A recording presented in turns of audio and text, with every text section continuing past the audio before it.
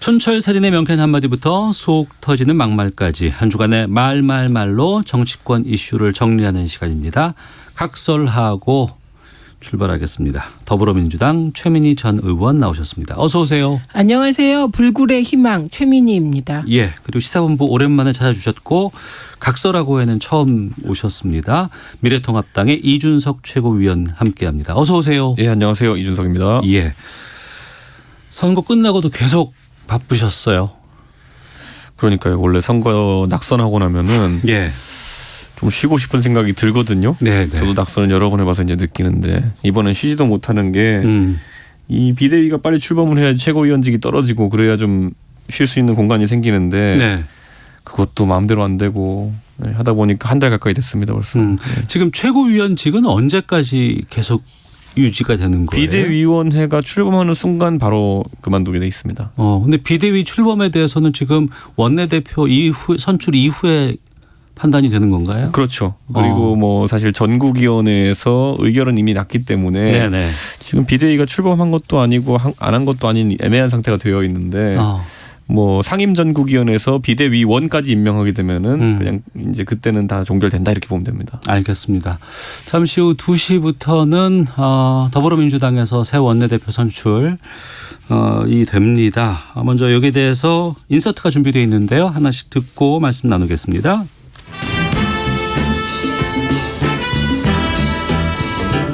저는 이번에 초선이 먼저다 이런 공약을 걸고 크게 두 가지 약속을 드리고자 합니다. 초선 의원님들의 전문성을 충분히 살리는 상임위 우선 배정입니다. 초선 당선자님들의 전문성과 의견에 따라 상임위를 우선적으로 배정을 하고 반드시 하고자 하는 정책 실현과 제도적 개선을 대표 입법 브랜드로 당 차원에서 지원하겠습니다. 우리 초선 의원들이 주눅들지 않게 해야 됩니다. 각자의 의원들이 갖고 있는 여러분들의 장점과 특징들을 그걸 제대로 발휘할 수 있는 그런 여건들을 만들어내야 되겠습니다. 네, 김태년, 전해철, 정성호 새 후보의 경쟁입니다. 차례대로 말씀을 좀 들어봤고요. 뭐 초선이 먼저다. 상임위 우선 배정하겠다. 초선이 주눅들지 않는 초선에 대한 대우가 이렇게 좋은 상황이 왔어요. 저거 왜 그러냐면 네. 재선 이상은 세 분에 대해서 너무 잘 아셔서 그런 거예요. 예. 네, 활동한 시간이 있으니까. 4년이든 8년이든 12년이든 네. 어떤 이제 사선 의원은 지금 사선 의원과 12년 내지 12년 동안 같이 해온 거 아닙니까? 그러니까 다 알아요. 예. 그러니까 선거운동이 필요 없어. 거기는 딜만 있어요. 딜. 딜? 딜. 뭐 이거 그리고 해주겠다 딜이 뭐 이런 거. 나쁜 거 아니고. 예. 그런데 초선 의원들만은 세 분을 언론에서 보고 뭐 개인적으로 알았겠지. 이분들의 의정 활동에 대해서 모르기 때문에 일단 당연히 초선 의원을 타겟으로 공약을 해야죠. 네. 그리고 또 살짝 숨길 수도 있고 꼬실 수도 있으니까요. 이준석 최고위원께서는 어떻게 전망하세요? 뭐 초선을 우대하려고 한다라는 건 알겠는데 그다지 뭐 그 특징적인 공약들은 아니네요. 초선 상임위 우선 배정 이런 건데 사실 이게 무슨 의미가 있는 이야기인지 전문성을 살린다고 얘기하지만은 사실 인기 상임위는 다 따로 있거든요. 그러니까 결국 뭐 내근할래 외근할래 아니면 저기 어디 댐에 가서 일할래 뭐 이런 정도의 구분을 놓고 지금 이야기하는 건데 결국에는 인기 상임위로 몰리게 되면은 뭐 어떤 시스템을 짜서 배정할 수 있는 것도 아니거든요, 이거는. 그러니까 결국은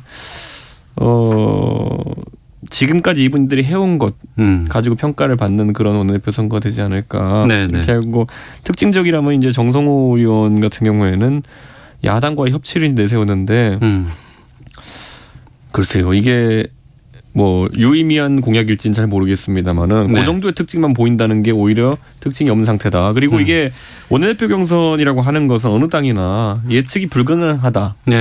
그 얘기 참 많이 하잖아요, 우리가. 때로는 이 방송 평론하는 사람들이 제일 어려워하는 분야이기도 하거든요. 그러니까 뭐 예측하는 족족 다 틀리죠. 과거에도 보면은 나경원 원내대표와 그 당시 김학용 의원이 붙었을 때 그때는 박빙이다 뭐 이런 얘기를 많이 했었어요, 처음에. 또는 장사정을 좀 안다고 하는 사람들은 나경원 의원이 계속 그전에 원내대표 선거에서 고배를 마신 건 이유가 있다. 이번에도 좀 어렵지 않겠느냐 뭐 이런 나름 합리적인 것처럼 보이는 분석들을 했는데 그때 크게 이겼어요.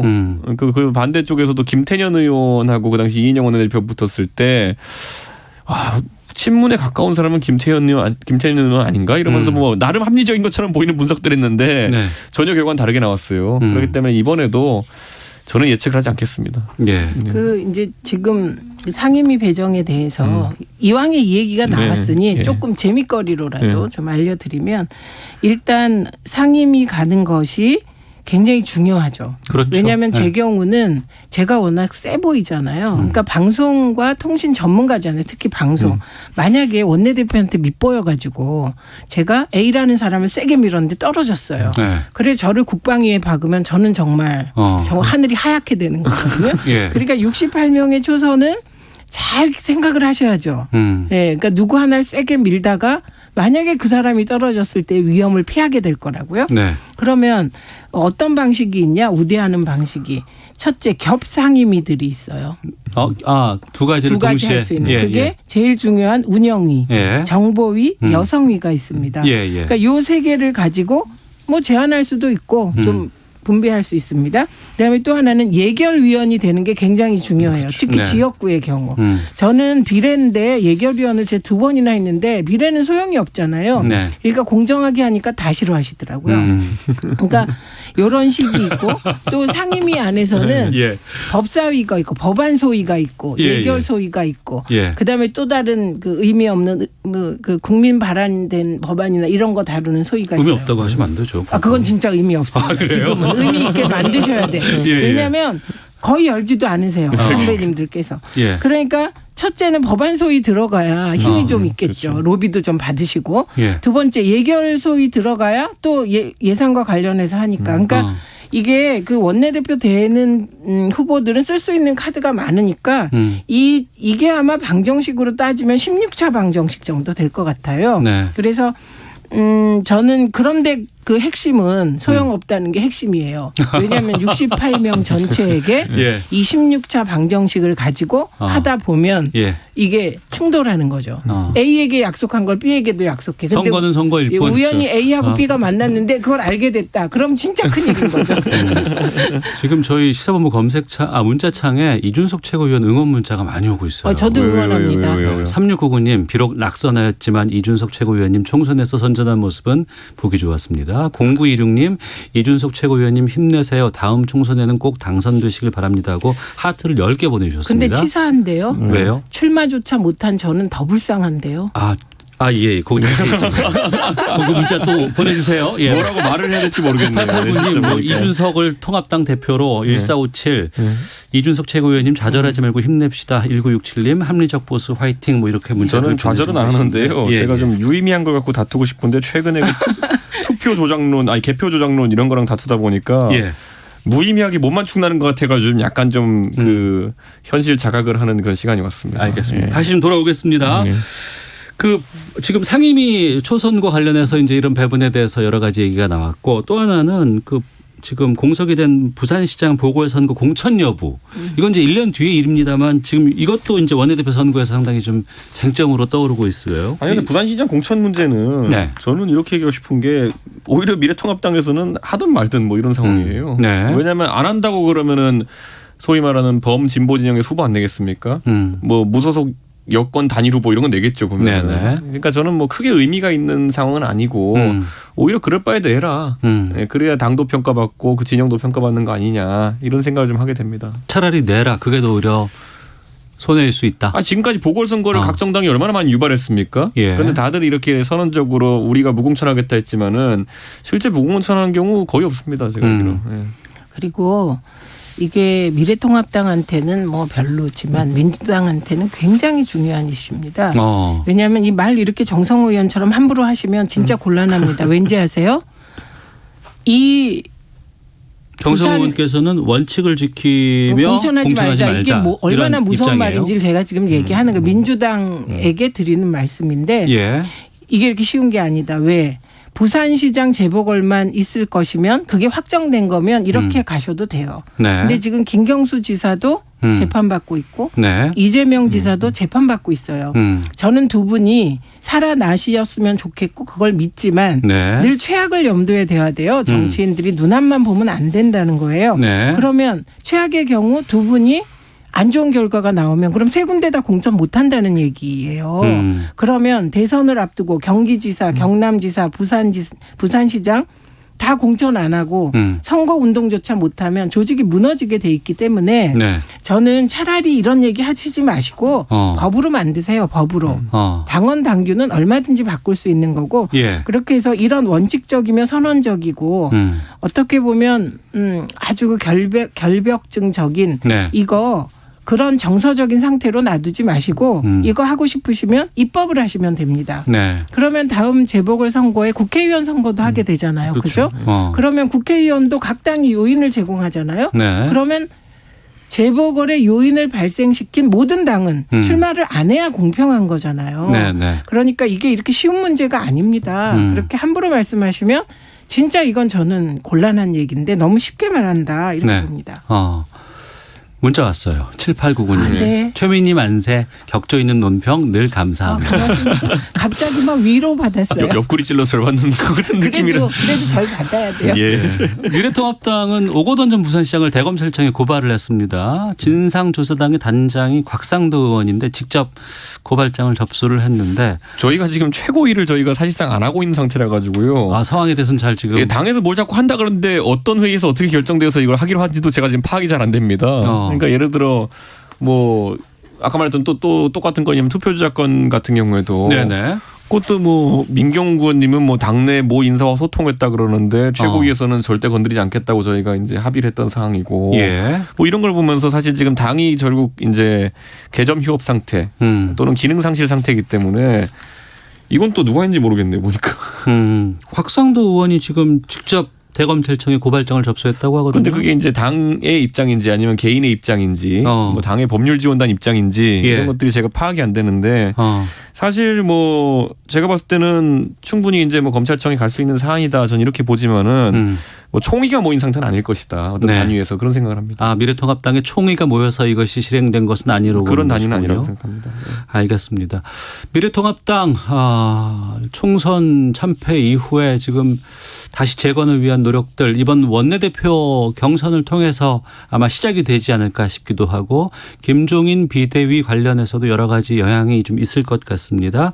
미래통합당 원내대표 경선에는 현재까지는 5선의 주호영 또 4선의 권영세 당선자가 출사표를 던졌는데요. 저희가 또 입장 들어보겠습니다.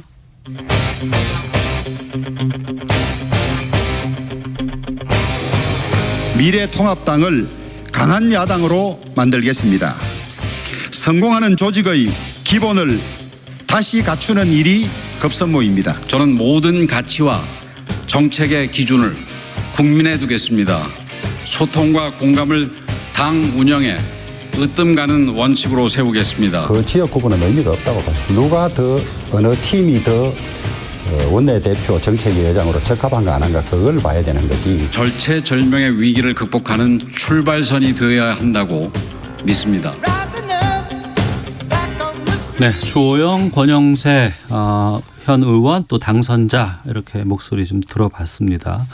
민주당은 초선의 표심이 중요하다고 했지만 지금 미래통합당 같은 경우에는 영남에 집중돼 있기 때문에 여기에 표심이 어떻게 갈 것이냐 이런 궁금증도 있고 민주당과는 다르게 미래통합당은 러닝게이트가 있어요. 러닝메이트. 러닝메이트가 있어서 지금 그 정책위 의장 후보와 같이 지금 선거가 되는데 먼저 여기에 대해서는 최민희 의원께서는 어떻게 보고 계세요? 우선 그냥 일감을 말씀드리면 두 분 다 역량 있는 분으로 보입니다. 근데 네. 권영세 후보님은 들어보니까 저 황교안 대표인 줄 알았어요. 목소리가. 그죠? 비슷하죠.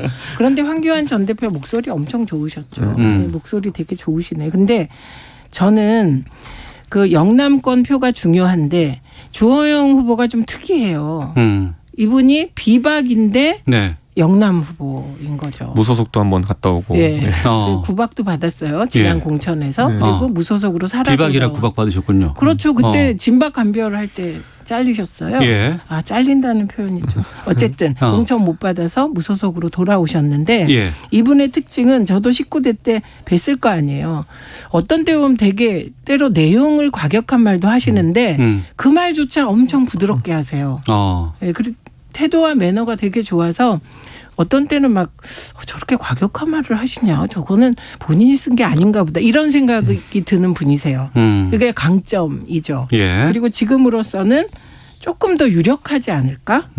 그냥 밖에서 의원이? 보기에는 네, 그렇게 보입니다. 근데 권영세 의원 당선자도 역량 있는 분이죠. 근데 그분은 또 서울 용산에서 당선되셨는데 네. 사실은 친박이세요. 그러니까 이 조합이 좀 약간 혼란스러운 조합인 것 같습니다. 네. 원래 영등포에서 이제 지역구를 갖고 계시다가 네. 딱 원효대교 하나만 건넜어요. 아, 그랬네요. 네, 예, 그래서 예. 이제 예. 용산으로 이제 지역구를 옮기셨는데, 근데 이제 그 원효대교 넘어가는데 2번을 쉬셨습니다. 20대, 19대를 2번을 이제 낙선으로 쉬었는데, 그러다 보니까 당내에서는 권영세 그 후보자 본인이야 원래 전략통이고 굉장히 당무에 정통한 분으로 알려져 있습니다. 사무총장도 지내고 과거에 뭐 검사 활동도 했고 국정원에도 갔던 걸로 알려져 있기 때문에 그런 상황 속에서 어떤 면을 바라보느냐인 것 같아요. 네. 지금 이제 백석 남짓으로 줄어들게 된 그 미래통합당의 상황에서 협상력이냐 아니면 기획력이냐 뭐 이런 정도의 차이를 볼 수 있을 것 같은 게 아까 말했듯이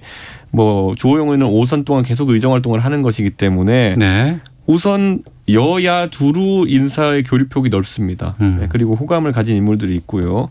권영세 그 당선자 같은 경우에는 예. 8년의 공백이라는 것이 지금 민주당에 있는 대다수의 이제 3선급 의원들은 모르는 사람이라는 얘기거든요. 아, 그러네요. 물론 예, 언론을 예. 통해서 아니면 그분의 대외 활동을 통해서 가진 어떤 이미지랑은 있겠지만은 예. 그것 때문에 협상력보다는 기획력이 더 강조되는 상황이 아니냐. 왜냐하면 굉장히 그분이 뭐 아까 친박으로 불렸다는데 친박 중에서도 전략 기획통이었어요. 그러니까 그런 쪽이고 저는 지금 수도권에 있는 초선들이나 이런 분들 제가 개인적으로 그냥 얘기해 보면은 진짜 모르겠다. 둘 다 모르겠다. 이렇게 얘기하더라고요. 뭐 두 분의 강점이라는 거는 그냥 대충 들어서 알고 있는 거지 네. 모르겠으니 우리는 진짜 토론을 붙여가지고 얘기를 들어보고 싶다는 얘기를 하더라고요. 그래서 실제 토론이 붙게 됐는데 여기도 이제 초선의 영향력이 좀 클 것이다 이렇게 보고 50명이 넘어요. 그죠? 근데 이제 하나의 변수는 뭐냐면은 비례 정당과의 통합이 이루어지지 않았기 때문에 그쪽은 투표권이 없을 거 아니에요. 그렇죠. 그러니까 예. 그쪽은 투표권이 없고 만약에 그 19명까지 더해졌으면은 굉장히 초선 쪽으로 힘이 많이 쏠렸을 텐데 지금은 나름대로 그래도 각 원내대표 후보를 미는 그 사람들끼리 조를 짜가지고 초선에게 조직적인 접근을 하고 있는 것으로 보인다. 그리고 당선자가 얼마 안 되기 때문에 실질적으로 그 조직적인 어떤 투표 활동도 득표 활동도 지금 양 후보 간에 치열한 걸로 알고 있습니다. 처음에는 그 김태흠, 이명수 이렇게 주호영 이렇게 3파전으로 처음에 시작이 됐다가 그 미래통합당은 앞서도 말씀드렸지만 정책위 의장과의 러닝메이트잖아요. 그래서 그렇죠. 이걸 못 구해서 지금 뭐 김태흠, 이명수 의원이 하차한 것이 아니냐 이런 얘기 나오던데 정말 그렇습니다. 이 러닝메이트를 구하기가 그렇게 힘들어요? 예, 실제로 지금 같은 의석 구조 하에서는 네. 우선 영남 TK, PK가 이제 하나의 큰 덩어리고요. 그리고 수도권이 그래도 한 20, 30석 남짓의 그런 세를 구축했다고 보면은 결국 충청도가 이번에 의석이 그렇게 많이 나오지 않았습니다. 그래서 아까 언급되었던 이명수 의원님이나 아니면 김태형 의원 두 분 다 충청이죠. 충남을 네. 기반으로 하고 있는 분들이거든요. 예. 그러다 보면 이제 이런 게 있잖아요. 우리가 그 작은 덩어리 위에 큰 덩어리를 올리는 게 쉽지 않다. 굳이 표현하자면은. 그래서 우선 기본적으로 원내대표는 큰 덩어리가 나가고 수도권이나 영남에서 나가고 정책위 의장을 충청권을 얻는 시도는 주호영 의원이 하고 있죠. 예. 이종배 의원과의 결합으로.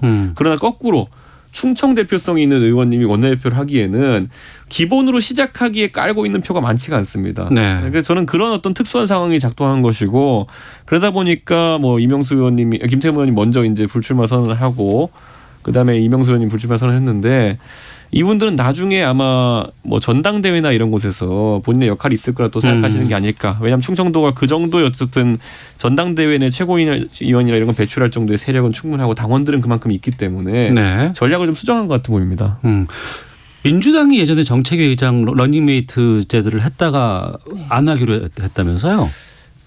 그게 이제 이게 좋은 점도 있고 나쁜 점도 있는 겁니다. 근데 저거는 후보가 취약점이 있을 때 보완하는 방식인 거거든요. 근데 아무래도 미래통합당은 아직도 지역 안배가 중요해 보입니다. 네. 그래서 권영세 후보의 경우도 그 조혜진 당선자를 러닝메이트로 했거든요. 예. 그러니까 이 경우는 수도권과 영남의 결합이 되겠죠. 그러니까 사실은 그 정치공학적 관점, 지역공학적 관점에서는 그 조합이 더 센 거예요.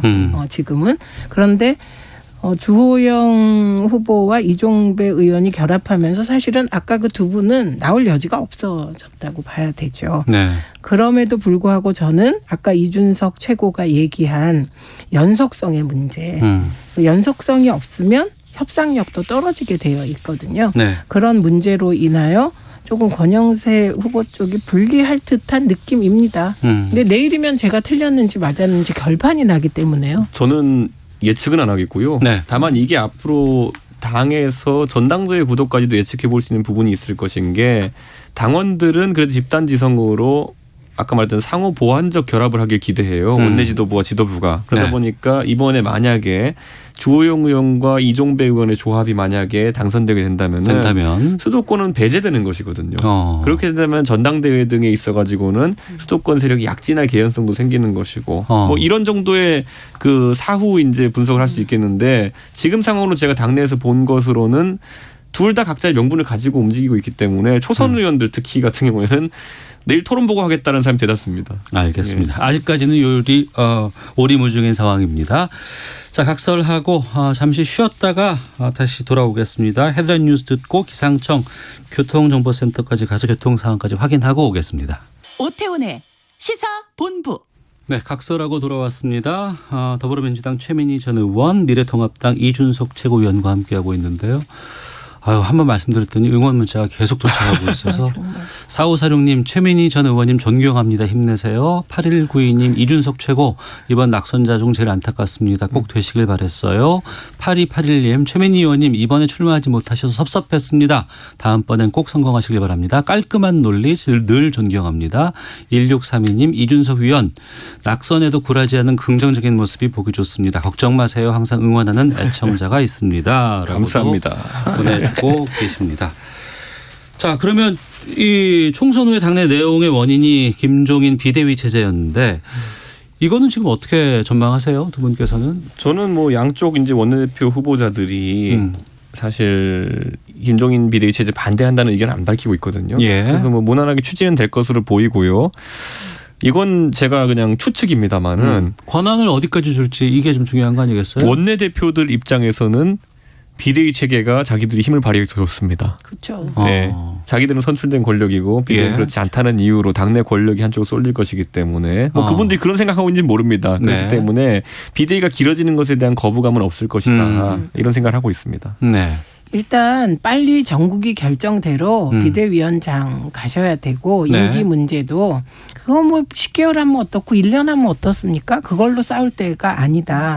만약에 이번에 그 김재영 비대위 체제가 못 들어서면 지난 정국이는 모의 정국이었습니까? 공당이 그렇게 하면 안 되고요. 네. 그다음에 저는 제일 중요한 지점은 지금 미래통합당이 이제 정리되면 대권 후보도 나오고 당대표도 나와요.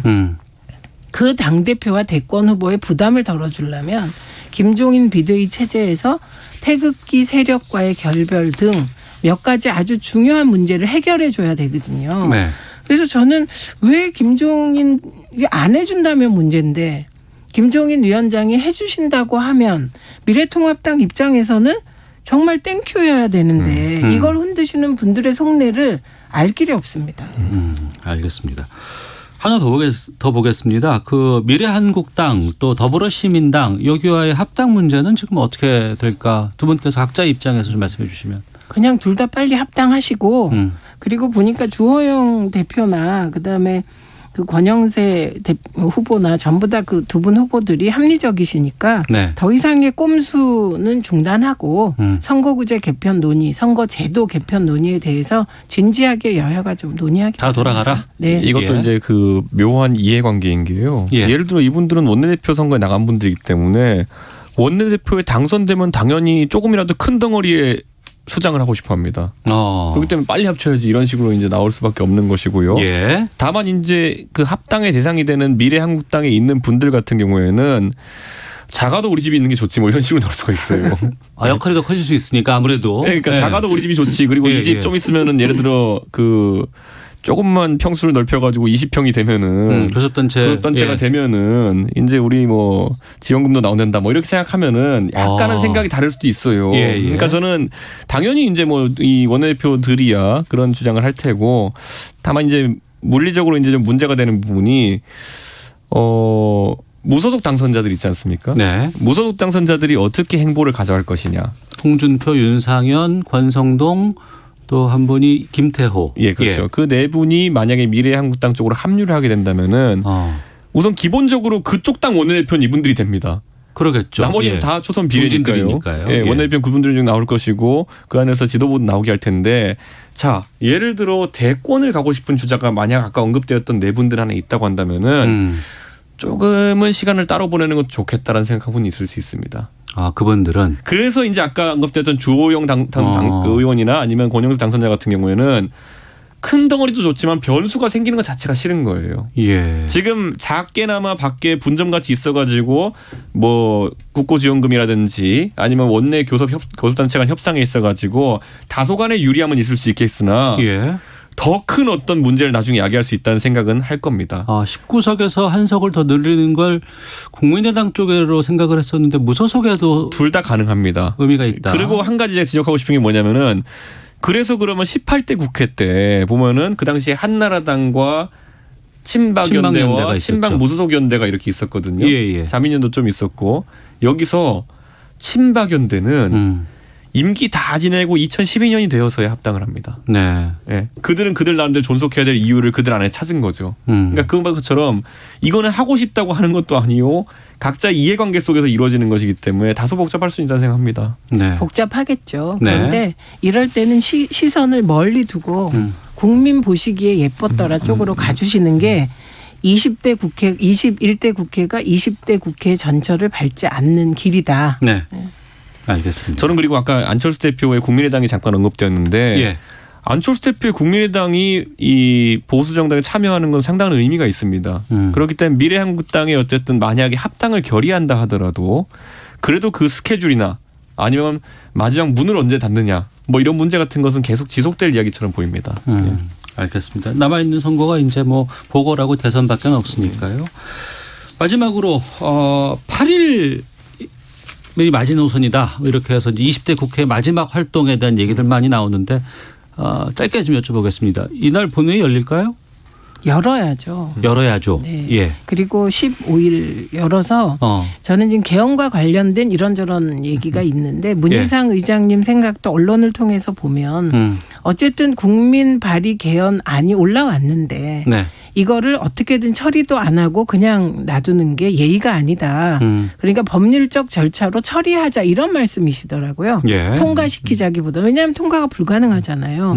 그래서 너무 그 개헌 발의안의 발의 방식에 좀 이렇게 끄달리지 않았으면 좋겠다. 네. 그래서 빨리 열어서 시급한 민생 법안들 그런 것들은 빨리 처리해 주면 좋지 않을까 합니다. 저도 이제 국민 발의 개헌안 같은 경우에는 그거는 지금 뭐 무시하기에는 네. 뭐 어쨌든 올라와 있긴 한데 가결되어도 정치적 의미가 크고 부결되어도 정치적 의미가 큽니다. 그렇기 때문에 그거는 이제 양당 간에서 합리적으로 회피하는 방법을 찾아야 할 것이고요. 네. 나머지 뭐 민생 문제에 대한 어쨌든 법안 처리 같은 경우에는 양당이 지금 합의 처리하지 못할 부분이 적거든요. 그렇기 때문에 저는 그거는 순탄하게 처리될 수 있다. 그래서 심재철 원내대표 같은 경우에도 아까 말했던 개헌 문제에 있어가지고 아직까지 통보를 받지 못했다라고 이야기한 것처럼 그 문제만 현명하게 회피하는 방법을 양당이 찾았으면 좋겠다 이렇게 네. 생각합니다.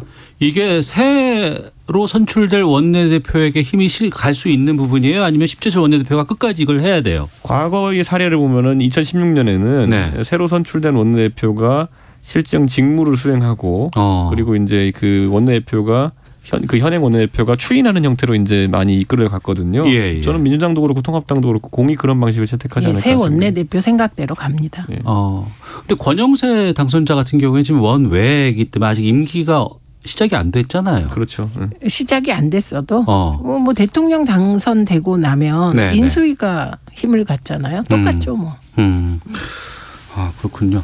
그러면 두 분께 마지막으로 좀 점 좀 한번 쳐보죠. 뭐 누가 좀 유력해 보이세요? 점 쳤다가 폭망한 분들이 너무 많더라고요. 그래서 그 상대방은 할 수 있죠. 왜냐하면 부담이 덜해서. 그 상대방 저는 서로가. 뭐 주호영 후보 쪽이 조금 무게가 실리지 않느냐 정도입니다. 100% 아니고 무게가 좀 예를 실린다 들면 현재 상황으로서 49대 51. 저는 안 합니다. 왜냐면 제가 지난달에 선거 치르는 와중에 그 라디오에 나와가지고 자기들이 여론조사 전문가라 주장하면서 이준석은 상계동을 왜 나온지 모르겠다 시작해가지고 뭐 처참한 결과가 예상된다 5만 가지 얘기한 사람도 있더라고요. 제가 안에서 그 분을 갈면서 방송 듣고 있었습니다 그때. 그러니까 저는 그런데 아주 선전했거든요. 근데 이제 원내대표 선거는 제가 약간 예측이 불가능했던 게 선거인단이 너무 적습니다. 그렇죠. 지금 이제 미래통합당은 80석 정도 되는 거고 아까 최 의원님 언급하신 대로 재선급 이상은 다 알아요. 그러니까 실질적으로 마음이 변할 수 있는 부동층은 이제 20-30명밖에 안 되기 때문에 근데 그거는 열심히 하면 또 크게 바뀔 수 있는 수치입니다. 20-30명 정도는. 그렇겠죠. 네. 그래서 저는 원래 그 항상 얘기하는 게 그 조계종 같은 종단 선거랑 원내 경선 같은 경우에는 절대 예측하면 안 된다고 제가 배웠습니다. 사회자 말을 안 돼. 저는 예측합니다. 51대. 적을 때는 절대 예측하면 안 된다고 51대 49로 주호영 후보가 약간 유리하지 않나. 이것도 약간 유리하지 않나 예측합니다. 알겠습니다. 자, 민주당은 뭐 2시부터 시작된다고 하니까요. 뭐 결과는 방송 끝나고 아마 나오지 않을까 싶고 미래통합당은 내일입니다. 자, 각설하고 최민희 전 더불어민주당 의원, 이준석 미래통합당 최고위원 두 분과 함께했습니다. 두 분 오늘 말씀 고맙습니다. 고맙습니다.